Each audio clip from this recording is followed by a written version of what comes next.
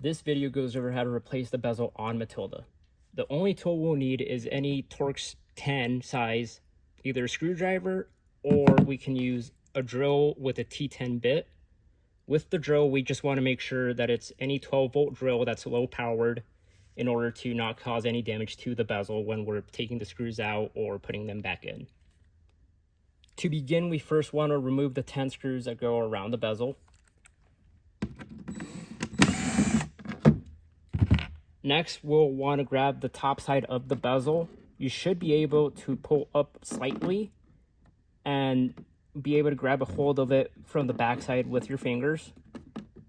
After that, we want to pull up on the bezel in order to clear these 3 screw holes. Once the bezel is out, we can unplug every cable minus the speaker.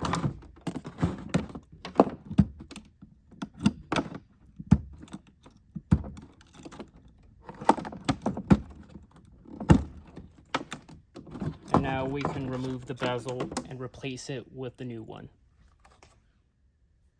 To install the bezel, we first want to separate the 3 sets of cables coming from each side of the machine.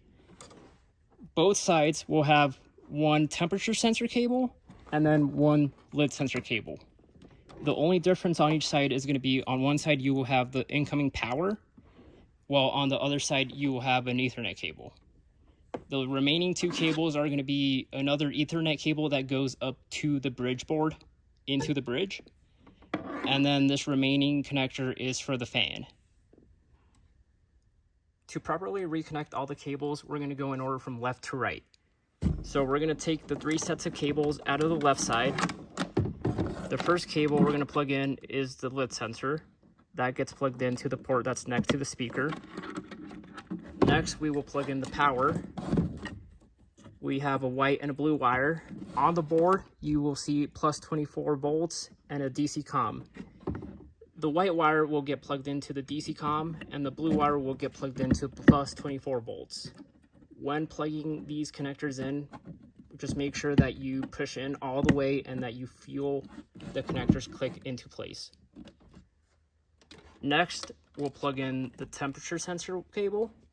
So this cable that comes out of the left side will get plugged into the port on the right side. We can move on and install the fan. It's labeled fan on the board.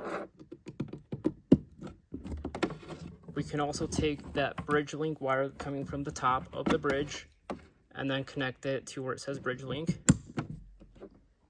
Next, we can move on to the last 3 sets of wires from the right side. First, we can connect the Ethernet cable, which is the power link. Now we can connect the right side lid sensor cable. Make sure to plug it in all the way. You should feel it click into place.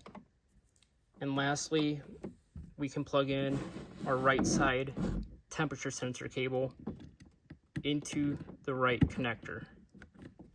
As you can tell, these will cross when plugged in properly. To install the bezel, we want to make sure that all the wires are out of the way of this gasket. Then we can proceed to put the bezel into place. You might have to push down on the bezel so it snaps into the plastic. After that, we can just make sure and feel that there are no wires being caught in between the bezel and the plastic. If you are using a drill, make sure that it's set at a low setting so it doesn't damage the plastic on Matilda. After that, we can begin to put the screws in, and we can just double check and make sure again that there are no gaps or cables that you feel are being caught between the plastic and the bezel. This is a different angle of the bezel install from the bottom of the machine. As you can tell, when the bezel is set in place, this board has to clear this piece of plastic. Once it does, the entirety of the bezel will set into place. This is a side view of the install of the bezel.